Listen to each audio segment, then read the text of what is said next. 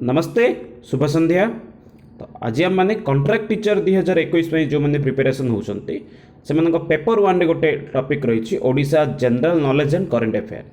तो आज आम मैंने ओडिशार भौगोलिक अवस्थिति विषय में विस्तृत रूप से चर्चा करवा। पूर्व आम मैंने यार आउ दुईटी पार्ट बनईचु जो थी कि ओडिशार ऐतिह्य संबंध भिडियो विषय वस्तु रही सहित ओडिशार कला संस्कृति संबंध में भिडियो रही है थर्ड पार्ट अटे। तो पूर्व जो मैंने से दुईटी पार्ट को देखी ना ऊपर लिंक अच्छी विजिट करके देखिपारे। तो आज आम मैंने आमर भिडियो देखा ओडिशार भौगोलिक अवस्थिति विषय। पूर्वर गतकाली एक भिडियो बनई जो थी कि संस्कृतर भिडियो थिला जो थी कि गोटे जिनस पिला बहुत अस्पष्ट रही जाता कि माध्यमिक स्तर में संस्कृत शिक्षा केबेठार ओडिशार आरंभ होता। तो 2010 मसीह आरंभ होता। 2012 मसीह जगन्नाथ विश्वविद्यालय शिक्षाशास्त्री विभाग आरंभ होता और 2013 मसीह से कम को शिक्षक मानकर जो प्रशिक्षण था 2013 मसीह आरंभ होता। तो ये एक्चुअली तार प्रकृत रिपोर्ट। तो देखा आज आम मैंने भिडियो जानिबा ओडिशार भौगोलिक अवस्थिति विषय रे। देखिए प्रथम प्रश्न कौन रही, किस वर्ष में चिल्का झील को अंतर्राष्ट्रीय महत्व की पहली भारतीय आर्द्रभूमि के रूप में नामित किया गया था। तो बहुत जनकर डिमांड थिले कि प्रश्न गुड़िक आप इंग्लिश रखु, ओडिया रखु, हिंदी रखु। तो बहुत जन इंग्लिश रखु और तार ट्रांसलेसन ओडिया करूँ बोली डिमांड थिला। तो किंतु वर्तमान समय तो असंभव कहीं आम भिडियो टी बनई सारछु। बनवा से रिक्वेस्ट गुड़िक आसाला कि भिडियो इंग्लिश बनातु बोलिकी। तो नेक्स्ट आम जो भिडियो बनइबू से भिडियो आम निश्चित रूप से प्रश्न गुड़िक इंग्लिश रखिबू और तार जो व्याख्या रोडिया करूँ चेष्टा करूँ उभय भाषा रखापी इंग्लिश और हिंदी ता सहित व्याख्या ओडिया। तो आज आम देखा भिडियोटी को संपूर्ण हिंदी रे, परवर्ती समय जो वीडियो आसो ताहा संपूर्ण मातृभाषा किंबा इंग्रेजी भाषा रहिबो। किस वर्ष में चिल्का झील को अंतर्राष्ट्रीय महत्व की पहले भारतीय आर्द्रभूमि के रूप में नामित किया गया। तो ये सामान्य रूप से जानीदेवा आर्द्रभूमि अर्थ कौन ना, आर्द्रभूमि अर्थ हूँ जो भूमि गुड़िक अधिकांश समय जल रे परिपूर्ण होकर रही है। जो अंचल गुड़िक कौन होता है ना अधिकांश समय अर्थात आम जो 12 मास रही है 12 मासरू लगभग 7 ରୁ 8 मास कौन होता है ना जल रे परिपूर्ण होकर रही है। आर्द्र अर्थात ओदा ओदा भूमि होकर रही है। ओदा केतेबेले हम जितेबाला जल रहिबो। तो केउं वर्ष चिलिका ह्रद को झील अर्थात हूँ ह्रद चिलिका ह्रद को अंतर्राष्ट्रीय स्तर में अर्थात विश्व स्तर में कौन दि जाइथिला ना आर्द्रभूमि रूप में नामित करा जाइथिला। तो जो मैंने सठिक उत्तर जानी कमेंट बॉक्स में लिखिपारे। सठिक उत्तर यार कौन चारोटी विकल्प रही 1981, 1987, 85, 1990। तो यार सठिक उत्तर हूँ 1981 अर्थात 1981 मसीह चिलिका ह्रद को कौन करा जाइथिला ना अंतर्राष्ट्रीय स्तर में आर्द्रभूमि मान्यता दि जाइथिला। तो देखिए ये विषय में तो गोटे सम्मेलन होता रामसर सम्मेलन जो सम्मेलन में कौन कराई ना ओडिशार चिलिका ह्रद को आर्द्रभूमि मान्यता दि जाइछि। तो ये हूँ भारतर फास्ट जगह यहाँ मन रखा भारतर फास्ट जगह हूँ चिल्का जहाँ कि आर्द्रभूमि मान्यता दि जाइए पूर्व क्या दि जा नाला क्यों ना ईरान गोटे सहर रही रामसर सहर ये से मीटिंग कर 1971 मसीह एवं से जिनस को पारित करा कि तो से मीटिंग होता रामसर सहर ईरान रे जो अच्छी केबे ना 1971 मसीह से एक अधिसूचना अर्थात हूँ गोटे नोटिफिकेशन अणा जाइथिला जो थी कहुला जो जगह गुड़िक वर्षर 8 मासरू अधिक जल परिपूर्ण होगी रोचे स्थल भाग किंतु जल आसिक से माड़िकी थाए। तो जो जगह गुड़िक वर्षर 8 मास कम से कम जल परिपूर्ण होगी रही है से ही जगह गुड़ी को कौन करा जाओ ना आर्द्रभूमिर मान्यता दि जाओ। कहीं सेठे विभिन्न प्रकार गुल्म जातीय गछ हो कि विभिन्न जैविक जीवजंतु मैंने से जन्म नहीं था। तो से दृष्टि कौन करा ना से जगह गुड़ी को आर्द्रभूमिर मान्यता दि जाइए। और भारतर फास्ट जगह जी हूँ चिल्का जहाँ को ये मान्यता मिली 1981 मसीह।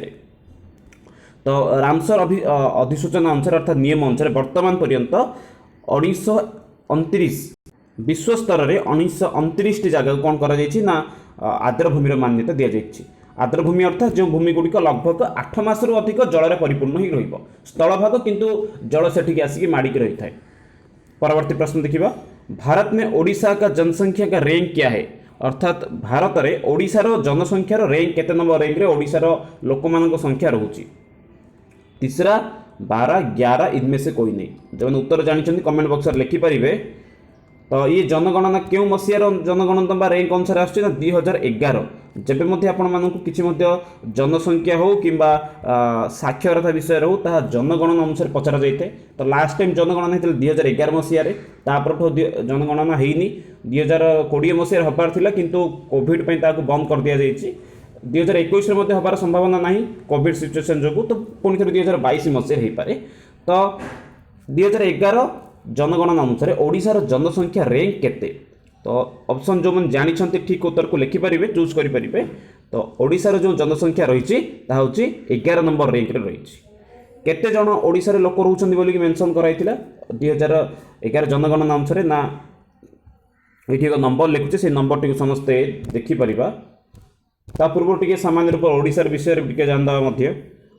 ଓଡ଼ିଶା ଯେଉଁ ରାଜ୍ୟ ରହିଛି ତାହାର ଉତ୍ତର ଭାଗରେ ଝାଡ଼ଖଣ୍ଡ ରହିଛି, ଉତ୍ତର ପୂର୍ବ ଭାଗରେ ପଶ୍ଚିମବଙ୍ଗାଲ ରହିଛି, ସେପରି ଦକ୍ଷିଣ ଭାଗରେ ଆନ୍ଧ୍ରପ୍ରଦେଶ ଏବଂ ରହିଛି, ପଶ୍ଚିମ ଭାଗରେ ଛତିଶଗଡ଼ ରାଜ୍ୟ ରହିଛି। ଇଏ ହେଉଛି ଓଡ଼ିଶାର ଭୌଗୋଳିକ ସ୍ଥିତି। ଆମେ ଯଦି ଓଡ଼ିଶା ମ୍ୟାପ୍କୁ ଦେଖିବା ତାହେଲେ ଓଡ଼ିଶାର ଉତ୍ତର ଭାଗରେ କିଏ ରହିଛି? ଝାଡ଼ଖଣ୍ଡ ଷ୍ଟେଟ୍ ରହିଛି, ଉତ୍ତର ପୂର୍ବ ଭାଗରେ ପଶ୍ଚିମବଙ୍ଗାଲ ରହିଛି, ଦକ୍ଷିଣ ଭାଗରେ ଆନ୍ଧ୍ରପ୍ରଦେଶ ଅଛି ଏବଂ ପଶ୍ଚିମ ଭାଗରେ ଛତିଶଗଡ଼ ରହିଛି। ସେପରି ଭାବରେ ଓଡ଼ିଶାର କିଛି ସାମାନ୍ୟ ତଥ୍ୟ ଏଇଠି ଦେଇଛି। ଜାଣିଛନ୍ତି ସମସ୍ତେ ଓଡ଼ିଶାର ରାଜଧାନୀ ହେଉଛି ଭୁବନେଶ୍ୱର, ବଡ଼ ସହର ମଧ୍ୟ ଭୁବନେଶ୍ୱର। ଆଉ ଇଏ ହେଉଛି ଓଡ଼ିଶାର ଜନସଂଖ୍ୟା। ମୁଁ ସେଠି ଲେଖିବା ପାଇଁ ଯାଉଥିଲି କିନ୍ତୁ ଏଠି ମେନସନ୍ କରିଦିଆଯାଇଛି ଓଡ଼ିଶାର ଜନସଂଖ୍ୟା। ସେପରି ଭାବରେ ଓଡ଼ିଶାର କ୍ଷେତ୍ରଫଳ ହେଉଛି ଇଏ, ଏକ ବର୍ଗ ମାଇଲ ଅନୁସାରେ ମଧ୍ୟ ମନେ ରଖିପାରିବା। ଜିଲ୍ଲା 30ଟି ରହିଛି, ରାଜଭାଷା ହେଉଛି ଓଡ଼ିଶାର ଓଡ଼ିଆ। ବର୍ତ୍ତମାନ ଯେଉଁ ସରକାର ରହିଛି ତାହା ହେଉଛି ବିଜୁ ଜନତା ଦଳର ସରକାର, ଓଡ଼ିଶା ସରକାର। ଓଡ଼ିଶାର ଯିଏ ରାଜ୍ୟପାଳ ଅଛନ୍ତି ପ୍ରଫେସର ଗଣେଶୀ ଲାଲ ଅଛନ୍ତି, ମୁଖ୍ୟମନ୍ତ୍ରୀ ନବୀନ ପଟ୍ଟନାୟକ। ସେପରି ବିଧାନସଭା ରହିଛି ଯାହାର ସିଟ୍ ସଂଖ୍ୟା ରହିଛି 147, ରାଜ୍ୟସଭାରେ ସିଟ୍ ସଂଖ୍ୟା 10 ଏବଂ ଲୋକସଭାରେ ଏଠି ଭୁଲ 20 ହେଇଯାଇଛି, ତା 21 ଅଟେ। ତ ଓଡ଼ିଶାରେ ଗୋଟିଏ ଅଛି ଓଡ଼ିଶା ହାଇକୋର୍ଟ ମଧ୍ୟ ରହିଛି।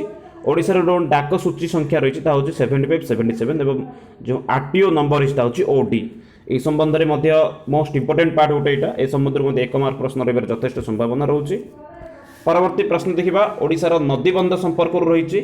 ପ୍ରଥମ ପ୍ରଶ୍ନ ରହିଛି ପଟୋରା ବାନ୍ଧ ସ୍ଥିତ ହେ। ପଟୋରା ବାନ୍ଧ ଅର୍ଥାତ୍ ପଟୋରା ଡ୍ୟାମ୍ କେଉଁଠାରେ ଅଛି? लगभग गत भिडियो मु कही ओडिशार केतोटी मुख्य मुख्य डैम अच्छी तो से भितर पटोरा डैम बोली जो रही क्यों डिस्ट्रिक्ट बिलंग कर नुआपड़ा डिस्ट्रिक्ट नवरंगपुर खोर्धा पुरी जो मैंने उत्तर जानते से कमेंट बॉक्स में निजर आंसर को मेंशन करें। तो जो पटोरा डैम रही नुआपड़ा डिस्ट्रिक्ट रु बिलंग करुच्ची नुआपदा हो जाए नुआपड़ा जगह। तो पटोरा डैम विषय सामान्य रूप से जाना पटोरा डैम हूँ ओडिशार एक बहुत गुरुत्वपूर्ण डैम अटे जहाँ कौटी रही ना जोंग नदी उपर या पुणी थे जेहेतु आम जानी जो स्टेट किंबा जो जगह देकी से डैम गुड़ी को बिलंग करते जगह अनुसार ही से डैम गुड़ी ना रखा जाए जमीक आमर हीराकुद डैम बोली कहीपर हीराकुद नदी बंध हीराकुद नामक स्थान रही ना रखाई हीराकुद बंध से पटोरा डैम कहीं आना पटोरा डैम बोल रखा ये पटोरा बोली जगार ये जेहेतु रही से पटोरा बोली गाँव में कौन बंधटी रही या पटोरा डैम बोली कहुई क्यों डिस्ट्रिक्ट बिलंग करुच्ची ना नुआपड़ा डिस्ट्रिक्ट जिला हूँ नुआपड़ा डिस्ट्रिक्ट बिलंग करुच्ची। नुआपड़ा डिस्ट्रिक्ट 18 किलोमीटर दूर में गोटे जगह अच्छे से पटोरा बोली गोटे जगह अच्छे से बंधटी को या आउ गोटे डैम रही रेंगाली बंध अर्थात रेंगाली डैम कौट बिलंग करुच्ची ना अनुगुल जिलूर बिलंग करुच्ची जहाँकि ब्राह्मणी नदी उपर रही। तो परवर्ती समय देखा परवर्ती प्रश्न रही पहली ओडिया फिल्म सीता विवाह वर्ष में रिलीज हुई थी क्यों वर्ष ओडिशार प्रथम सिनेमा मन रखा समस्त ओडिशार फास्ट सिनेमा सीता विवाह। तो सीता विवाह क्यों मसीहा रिलीज करा 1928 1933 1932 1936 बहुत जन यार आंसर जानते एणु उत्तर कहना बिल्कुल आवश्यक नहीं। तो परवर्ती प्रश्न को नुहे सीता विवाह विषय सामान्य रूप से जाना ओडिशार फास्ट फिल्म हूँ सीता विवाह जहाँकि 1936 रे तैयार करा जायतिला। इटी कौन करा ना रामायण जो चरित्र रही रामायण सीता बह को लेकिन ही सिनेमाटी को तैयारी करा जायछि। जहाँ किए तैयारी करथिले ना 1936 मसीह मोहन सुंदर देव गोसाई ये होचंदी एई सिनेमार डायरेक्टर विभिन्न सिनेमार जमी डायरेक्टर था से सीता विवाह सिनेमार डायरेक्टर थिले मोहन सुंदर देव गोस्वामी बनईथिले याकू जहाँकि रामायण कथावस्तु को आधार करके ही बना जाइछि। तो सही समय सिनेमा को बनवाई लगभग 30,000 टंकार बजेट खर्च होता और ये फिल्म रे लगभग 14टी गीत रही ये रही सीता विवाह सिनेमार किसी सामान्य तथ्य। पुणी थे सीता विवाह 1936 मसीह पर 1950 मसीहा पर्यंत ओडिशार किसी सिनेमा रिलीज होता 1950-51 मसीह पुणी थे 2टी सिनेमा रिलीज मन रखिए। परवर्ती विषय रही प्रश्न रही भारत में बिजली का वितरण और उत्पादन का निजीकरण करने वाला पहला राज्य कौन सा है। गोटे शब्द ये रही निजीकरण। उत्तर प्रायतः जानी समस्ते महाराष्ट्र, गुजरात, ओडिशा, जम्मू काश्मीर। तो जो मैंने उत्तर जानते ये मेंशन करें। प्रथम जानीदे निजीकरण शब्दर अर्थ कौन। तो निजीकरण शब्द आम देखुवा वर्तमान समय उदाहरण देखिए कौच वर्तमान समय सरकार कौन करुँच रेल विभाग को निजीकरण करने को जाऊँगी। सेपरी वर्तमान समय निजीकरण कौन कौन होगी देखिपर आम मैंने पेट्रोल पंप गुड़िक गैस एगुड़िक सरकारी योजना किंतु एगुड़िक निजीकरण कराद्वारा कौन हो सरकार नियम देउछंती किंतु सेगुड़िक प्राइवेट करके संस्था माने चलाई थांती अर्थात 51-49% शेयर रे जो थी कि सरकार 51% मालिक माने हकदार थांती से किसी नियम को दे थांती। दुग्ध उत्पादन संस्था मध्य सरकार नियम द्वारा चलती किंतु प्राइवेट संस्था माने चलांती। तो सेपरी भाव में विद्युत को क्यों लोक बा क्यों राज्य प्रथम थर पर निजीकरण अर्थात प्राइवेटाइज कर देथिला। पूर्व गवर्नमेंट संस्था चलाउथिले किंतु परवर्ती समय ताको प्राइवेट कर दिया जाइथिला। कौन राज्य एक फास्ट टाइम पे लागू करथिला एटा जानिछन्ती हम समस्ते। एटा सठिक उत्तर होछि ओडिशा। ओडिशा राज्य फास्ट टाइम पे कौन करछि ना विद्युत को निजीकरण कर देछि। निजीकरण अर्थात प्राइवेट संस्था को दे देछि जहाद्वारा कि सेमाने किछि लोकंक ठारो जो शुल्क थाए से सब व्यवस्था करेंगे किंतु सरकारी नियम को पालन करके करेंगे। निजीकरण उदाहरण दुग्ध संस्था नहीं पारिबा, पेट्रोल गैस संस्था गुड़िक नहीं पारिबा, ये बहुत गुड़िए संस्था रही। तो परवर्ती विषय को जीवा। परवर्ती प्रश्न रही ओडिया भाषा के लिए जनपीठ नहीं एटा होछि ज्ञानपीठ पुरस्कार प्राप्त करने वाले पहले व्यक्ति कौन थे। ओडिया रे फास्ट ज्ञानपीठ पुरस्कार पाइथिबा व्यक्ति जन किए। ज्ञानपीठ जानथिबा समस्ते भारतर सबुठारु साहित्य क्षेत्र में सबुठारु बड़ पुरस्कार बोली आमे कहि परिबा। फास्ट हूँ ज्ञानपीठ देन सेकेंड रोचे साहित्य एकाडेमी। प्रश्न रही पारे साहित्य एकाडेमी तरफ रही पारे कि ज्ञानपीठ तरफ रही पारे। तो ओडिया भाषा ज्ञानपीठ पुरस्कार फास्ट टाइम पे ओडिया भाषा निमंते क्या दि जाइथिला। फकीरमोहन सेनापति, सच्चिदानंद राउतराय, प्रतिभा राय, गोपीनाथ महांती। तो ज्ञानपीठ पुरस्कार संबंध रही एणु प्राय जन जानी बोली यार उत्तर भावुची तथा मत उत्तर कौन यार उत्तर हूँ गोपीनाथ महांती। तो गोपीनाथ महांती को फास्ट टाइम पे ओडिया भाषा निमंते कौन करा ज्ञानपीठ पुरस्कार दि जाइथिला। ज्ञानपीठ पुरस्कार संपर्क रही एणु सामान्य रूप से कहीदे ज्ञानपीठ पुरस्कार हूँ भारतर साहित्य क्षेत्र में दि जाऊँ सबुठ बड़ पुरस्कार बोली कहुच्छे जहाँकि भारतर जेकोसी जो आमर संविधान जो 8टी भाषा सूची रही संविधान अष्टम अनुच्छेद जो 22टी भाषा रही सॉरी तो 8टी भाषा बोली कहते संविधान अष्टम अनुच्छेद जो 22टी भाषा आम रही से 22टा भाषा मध्य जेकोसी गोटे भाषा किसी जदि भल कौन पुस्तक रचना करने किसी भल बही लिखे ताहले कौन करा जाउची ना ज्ञानपीठ पुरस्कार प्रदान करा जाउची किंतु सेही भली साहित्य क्षेत्र दक्षता सीट रही दरकार। तो जहाँकि आरंभ केबे करा जाइथिला ना 1935 मसीह को स्टार्ट करा जाइथिला फास्ट टाइम पे 1935 मसीह पुरस्कार को फास्ट टाइम पे प्रदान करा जाइथिला। और से समय यार जो मूल्य रही पुरस्कार कौन दि जाउथिला ना गोटे पत्र दि जाउथिला जाको सशस्त्र पत्र बोली मध्य कहा जाउची। प्रशस्ति पत्र सहित 1 लाख टंका मध्य दि जाउथिला। परवर्ती समय कौन करा जाइछि ना ताको 5 लाख एवं वर्तमान समय 2005 मसीह को 7 लाख दि जाउथिला 7 लाख 2005 मसीह किंतु वर्तमान समय कौन करा जाउछि ना एबे जो ज्ञानपीठ पुरस्कार मिलुछि प्रशस्ति पत्र सहित 11 लाख टंका दि जाउछि। प्रश्न रही पारे मुख्य प्रश्न ना फास्ट टाइम पे केबे ज्ञानपीठ पुरस्कार दि जाइथिला तो लिखिपर 1935 मसीह। द्वितीय प्रश्न रही पारे भारतर सबुठारु साहित्य क्षेत्र सबुठारु बड़ पुरस्कार कौन ना ताहा होछि ज्ञानपीठ पुरस्कार। सेकेंड साहित्य पुरस्कार कौन ना साहित्य एकाडेमी। परवर्ती प्रश्न रही ओडिशार भौगोलिक स्थिति संबंध में ओडिशा के पश्चिम में कौन सा राज्य है। प्रश्न रही ओडिशार पश्चिम भाग में क्यों राज्य रही। तो प्रश्न रही ओडिशार पश्चिम में कौन सा राज्य अर्थात ओडिशार पश्चिम भाग में क्यों राज्य रोचे। उत्तर प्रायतः जानी बोली भावुची झारखंड, छत्तीसगढ़, गोवा इनमें से कोई नहीं। तो ओडिशार पड़ोसी राष्ट्र जदि कहबा ताले गोवा आसुना तो से विकल्प सी एवं डी हबार चान्स ही नहीं। तो जदि हम ताले कौन झारखंड किंबा छत्तीसगढ़ हबार अच्छी। ओडिशार पड़ोसी राष्ट्र मान संबंध में सामान्य रूप से जानदबा। ओडिशार जो पड़ोसी राष्ट्र रही से गुड़िक होचंती झारखंड, पश्चिमबंग, सेपरी आंध्र प्रदेश ता सहित छत्तीसगढ़, तेलंगाना मध्य बिलोंग करुच्ची। तो कौन कहुच्छे तो ओडिशार पश्चिम भाग में क्यों राज्य रहुअछि। तो ये बहुत सरल प्रश्न रही उत्तर हूँ ओडिशार पश्चिम भाग में छत्तीसगढ़ राज्य बिलोंग करुच्ची। ओडिशार सामान्य भौगोलिक स्थिति विषय पूर्व कही पुणी थे कहीदे उत्तर भाग में झारखंड पश्चिम रे उत्तर पूर्व में पश्चिम बंगाल दक्षिण में आंध्र प्रदेश से पश्चिम भाग में छत्तीसगढ़ राज्य रही। तो परवर्ती प्रश्न को जीवा गर्म पानी बसंत अत्रि अवस्थित है।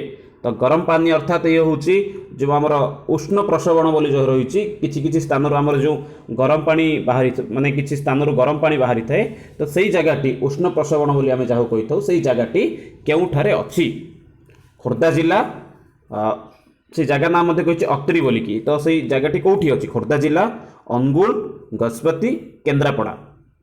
तो जो मैंने उत्तर जानी से लिखिपारे जो मैंने प्रायतः सरल प्रश्न रही तो यही जगहटी आमर खोर्धा जिले में रही मन रखिए समस्ते खोर्धा जिला उष्ण प्रसवण अत्रि बा अट्री बोली आम जहाँ कही था रही। परवर्ती प्रश्न जीवा से भाव ओडिशार अन्य एक स्थान रही जहाँ ना रही तप्तपाणी। तप्तपाणी डिस्ट्रिक्ट तप्तपाणी जगहटी कौन डिस्ट्रिक्ट सहित जिला सहित संपर्कित अच्छी तार उत्तर आप कमेंट बॉक्स में लिखिपारे। परवर्ती प्रश्न रही बहुत सरल प्रश्न ओडिशार ऐतिह्य संपर्क में रही सीधा सड़क संबंधित रही भौगोलिक संबंध में संपर्कित रोचे जहाँकि ओडिशार बा विश्वर सबुठारु विश्व प्रसिद्ध रथयात्रा बोली कहुए और रथयात्रा जगन्नाथ मंदिर सहित संपर्कित रही। तो जगन्नाथ पुरी मंदिर केउ वर्ष तैयारी करा जायतिला 1001 1950 सॉरी 1150 1109 1161। तो ये रही 1161 हूँ यार सठिक उत्तर 1161 मसीह जगन्नाथ मंदिर को तैयारी करा जायतिला। सेपरी कोणार्क मंदिर कोणार्क मंदिर विषय में प्रश्न रही पारे। कोणार्क मंदिर विषय गत वीडियो रे कही लिंगराज मंदिर संपर्क में पूर्व वीडियो मुझे कही सारी जो देखी ना से वीडियो ऊपर आई बटन लिंक अच्छी विजिट करके देखिपर। सामान्य रूप से कहीदे तो लिंगराज मंदिर को तैयारी करते सोमवंशी राजा यजाति केशरी तैयारी करते से आमर जो कोणार्क मंदिर रही कोणार्क मंदिर को सामंत राजा नृसिंह देव यही मंदिर को तैयारी करते। तो मुख्य मुख्य मंदिर गुड़िक ओडिशार मध्य बहुत इंपोर्टेंट रही जाऊँगी। तो परवर्ती प्रश्न रही मंदिर बांध किस नदी पर बना है। पुणी थे नदीबंध संपर्क प्रश्न आसी पूर्व कही ओडिशारे मुख्य मुख्य जो सब नदीबंध रही एक मुख्य पार्ट अटे बोलिकी। तो मंदिरा बंध जो रही क्यों डिस्ट्रिक्ट बिलोंग क्यों नदी उपर रही ऑप्शन रही शंख नदी यमुना नदी सिंधु नदी इनमें से कोई नहीं। तो यमुना सिंधु नदी तो ओडिशा बिलोंग ही करूना एणु ये सठिक उत्तर होची शंख नदी। तो सामान्य रूप से मंदिरा बंध विषय में जानीदबा बंध मान विषय हीराकुद डैम जानते महानदी उपर तैयारी जहाँकि संबलपुर डिस्ट्रिक्ट बिलोंग करुच्ची सेपरी मंदिरा जो डैम रही शंख नदी उपर तैयारी पटोरा जो रही जोंक नदी जहाँकि नुआपड़ा डिस्ट्रिक्ट बिलोंग करुचे से रेंगाली डैम ब्राह्मणी नदी उपर बिलोंग करुच्ची अनुगुल डिस्ट्रिक्ट। तो गुरुत्वपूर्ण पार्ट एगुड़ी आम नोटबुक नोट करके रखिपर। परवर्ती प्रश्न को जीवा ओडिशा का क्षेत्रफल कितना है। ओडिशार क्षेत्रफल केते क्षेत्रफल अर्थ होची जो एरिया जो रोचे से एरियाटा केते लंबा बा केते तार दूरत्व केते बोली से प्रश्न करछि सामान्य रूप से। परवर्ती ऑप्शन मान को देखिबा 50,162 58,556 60,160 वर्ग मिल मन रखिबा। प्रश्न डिफरेंट टाइप पचारि पारे किलोमीटर पचारि पारे वर्ग माइल मध्य पचारि पारे। तो गोटे माइल मध्य केते जान देथिबा गोटे माइल होची 3 किलोमीटर मन रखिथिबा समस्त गोटे माइल होची 3 किलोमीटर। तो एठी वर्ग माइल अनुसार पचारिछि। तो ये सठिक उत्तर जो मैंने जानी कमेंट बॉक्स में लिखिपारे सठिक उत्तर हूँ 60,160 वर्ग मिलीमीटर। तो प्रश्न जदि रही पारे मिलीमीटर तो माइल मिलीमीटर नुहे ये माइल मिल अर्थ हूँ माइल को बुझाऊँ। तो 60,160 इंटू 3 करदे तो केते किलोमीटर ताहा मैंने ये जानीपर। तो परवर्ती प्रश्न को जीवा जहाँकि ओडिशार राजनीति संपर्क रोचे कौन थे तीसरे सीएम ओडिशा के। ओडिशार तृतीय नंबर मुख्यमंत्री किए मन रखिबा। प्रश्न डिफरेंट टाइप थाए जमती कि प्रश्न ये रही है स्वाधीन भारतर बा स्वाधीन ओडिशार प्रथम मुख्यमंत्री किए रही पारे किंबा ओडिशार मुख्यमंत्री प्रथम किए होते डिफरेंट टाइप ऑफ विकल्प से भी दे पारे। प्रश्न ये डिफरेंट टाइप रही पारे जमी पूर्व कहते प्रश्न ये रही पारे स्वाधीन भारत में ओडिशार प्रथम मुख्यमंत्री किए किंबा ओडिशार 3 नंबर सीएम किए ये तो गोटे टाइप प्रश्न रही कि प्रश्न ये रही पारे ओडिशार प्रथम मुख्यमंत्री किए। तो ओडिशार जदि प्रथम मुख्यमंत्री पचारे से स्वाधीन भारतर बोली बिलोंग करूनी ऑप्शन जो देउनी ताहले हम से ऑप्शन चूज कर विश्वनाथ दास बोलिकी कि विश्वनाथ दास थे आम देश स्वाधीन होगा पूर्वर जो स्वतंत्र उत्कल प्रदेश गठन कराइला ताहार फास्ट मुख्यमंत्री थे विश्वनाथ दास। ये प्रश्न करिछि भारतर ओडिशार 3 नंबर सीएम किए तो 3 नंबर सीएम अर्थ होची ये प्रश्न सीधा सड़क रखी तो भारतर स्वाधीनता होगा पर 3 नंबर ये मुख्यमंत्री किए रोचंती ना जानिथिबा समस्ते स्वर्गत विजु पट्टनायक जी की वर्तमान मुख्यमंत्री नवीन पट्टनायक कौन थे ना भारतर सॉरी ओडिशार 3 नंबर सीएम थिले। तो सामान्य रूप से देखीदबा 1946 मसीहा वर्तमान पर्यंत 14 जन मुख्यमंत्री ओडिशा रे रही आसले आ सबुठारु दीर्घ समय पर्यंत ओडिशार मुख्यमंत्री होकर रही व्यक्ति हूँ नवीन पट्टनायक अर्थात 1946 मसीह वर्तमान पर्यंत ओडिशा रे 14 जन मुख्यमंत्री हो सारे। तो फास्ट देखा इंग्रेज मान समय 1937 मसीह ही फास्ट हरेकृष्ण कृष्णचंद्र गजपति को किसी दिन मुख्यमंत्री करा किंतु लोकों द्वारा प्रथम फास्ट टाइम किए होते ना विश्वनाथ दास जी के ओडिशार फास्ट मुख्यमंत्री रूप में नियुक्ति पाई। मन रखा प्रश्न ओडिशार फास्ट सीएम किए ना विश्वनाथ दास। परवर्ती प्रश्न रही स्वाधीन भारत संपर्क आसी स्वाधीन भारत फास्ट मुख्यमंत्री होती हरेकृष्ण महाताब तापर पुणी थे रोचंती नवकृष्ण चौधरी रोचंती पुणी थे 3 नंबर जे मुख्यमंत्री रोच नवकृष्ण चौधरी पर 3 नंबर सीएम होती विजु पट्टनायक। तो विजु पट्टनायक बहुत दिन पर्यंत बहुत थर से कौन कर ओडिशार सीएम भाव में नियुक्ति पाई शेष में वर्तमान समय 2000 मसीह 2021 पर्यंत नवीन पट्टनायक जे कि विजु पट्टनायक सुपुत्र अटंती से वर्तमान समय ओडिशार मुख्यमंत्री अच्छा। विभिन्न समय जानकी वल्लभ पट्टनायक कांग्रेस सरकार सेवा समय से दीर्घ दिन धरिकी ओडिशार मुख्यमंत्री रही। तो प्रश्न रही पारे जानकी वल्लभ पट्टनायक केत नंबर मुख्यमंत्री तो 11 नंबर मुख्यमंत्री हूँ जानकी वल्लभ पट्टनायक। परवर्ती प्रश्न रही ओडिशा का सबसे बड़ी नदी कौन सी है अर्थात ओडिशार सबुठ बड़ नदी कौन। तो बड़ नदी हूँ ब्राह्मणी महानदी बैतरणी इंद्रावती। जो मैंने ठीक उत्तर जानते कमेंट बॉक्स में उत्तर लिखिपारे। ओडिशार सबुठ बड़ नदी हूँ महानदी। महानदी हूँ सबुठ बड़ नदी जहाँकि केते किलोमीटर बोली कहुच्छी ना 858 किलोमीटर।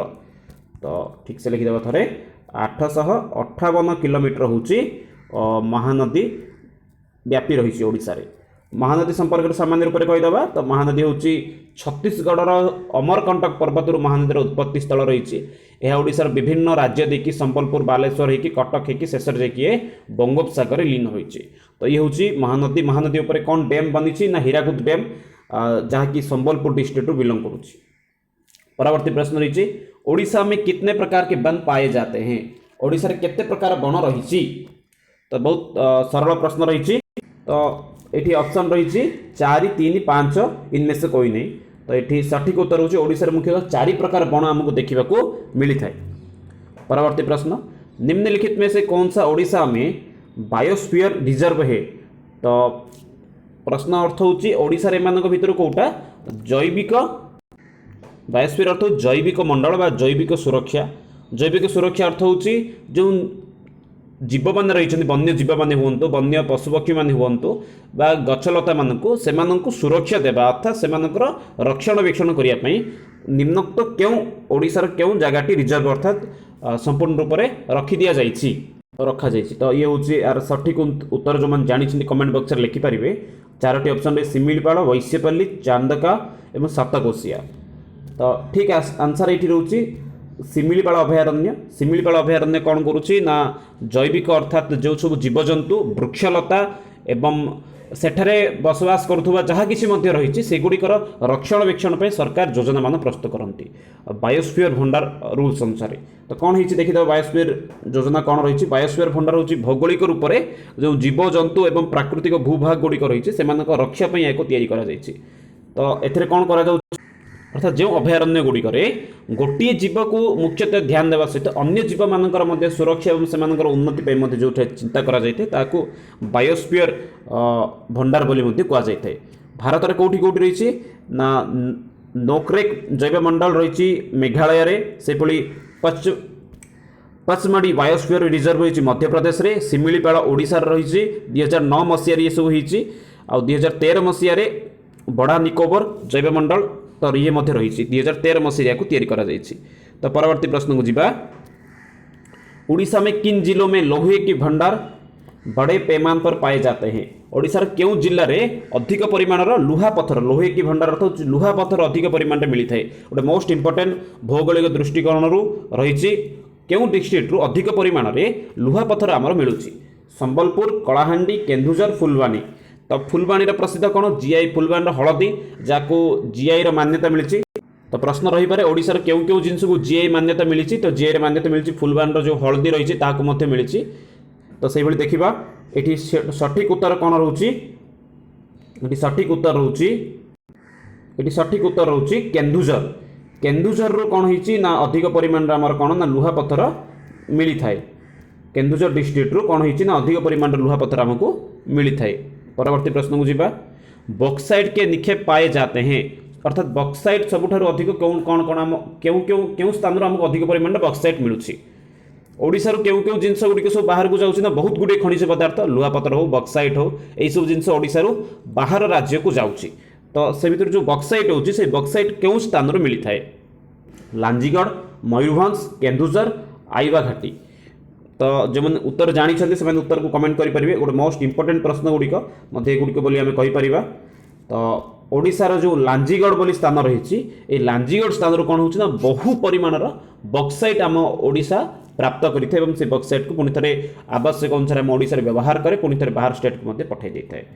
मालकानगिरी जिला से संबंधित अर्थात मालकानगिरी जिला आम समस्त जानी तो ये मालकानगिरी जिलूर जिला क्या सहित संपर्कित अच्छी केउं प्राकृतिक संबल सहित मालकानगिरी जिला संपर्कित रही रत्न सोना चूना पत्थर बा डेलामाइट बा हीरा जानते समझते हीरा तो आम देश में मिलूनी सुना आमर ओडिशारू कौटू से परिमाण मिलबार सूचना ना रत्न मिलूनी एते तो ये सठिक उत्तर होची चूना पत्थर बा डोलामाइट तो चूना पत्थर जानते आम समस्ते तो से चूना पत्थर बा डेलामाइट कौट मिलता है ना आम ओडिशार मालकानगिरी डिस्ट्रिक्ट ही चूना पत्थर बा डेलामाइट मिलता है।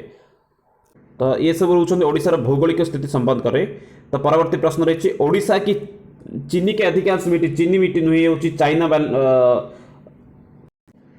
चीना पत्थर बोली आम मैंने प्रायतः कही था तो चीन के अधिकांश मिट्टी की खदान एक अवस्थित है क्योंठार ओडिशार अधिक चाइना माटी व चीना माटी मिली थाए संबलपुर में आदर्श मयूरभंज के जसीपुर और करंजिया जाजपुर की सुकिंडा और दैतारी याजपुर तो यही भितर केउठरे अधिक चीना माटी मिली थाए तो आमर ये चीना माटी बोली कही था तो अन्य डिस्ट्रिक्ट या कौन कहते तो मुझे जानी तो मेंशन करें निज निज डिस्ट्रिक्ट रे माटी कौन बोली कह जाए तो जो मैंने सठिक उत्तर जानी से तले कमेंट बॉक्स में आंसर लिखिपारे ओडिशार केउं डिस्ट्रिक्ट बा केउं जगार ये चीना माटी अधिक परिमाण रे मिली थाए तो ये आंसर रही मयूरभंज गोटे जगह रही जहाँ ना हूँ जसीपुर बा करंजिया यही जगह अधिक परिमाण कौन मिलता है ना ये चीना माटी मिली थाए। परवर्ती प्रश्न जीवा पूर्व वीडियो में विषयटी कही मेंशन करी ओडिशा में कोयले की सर्वाधिक भंडार कहाँ पर है ओडिशा रे सबुठ अधिक कोयला केउठरे मिलता है संबलपुर तालचेर सुंदरगढ़ केउंझर उत्तर जानी थे पे आंसर को मेंशन करि पारंती ओडिशार तालचेर रे अधिक परिमाण कोयला मिली थाए।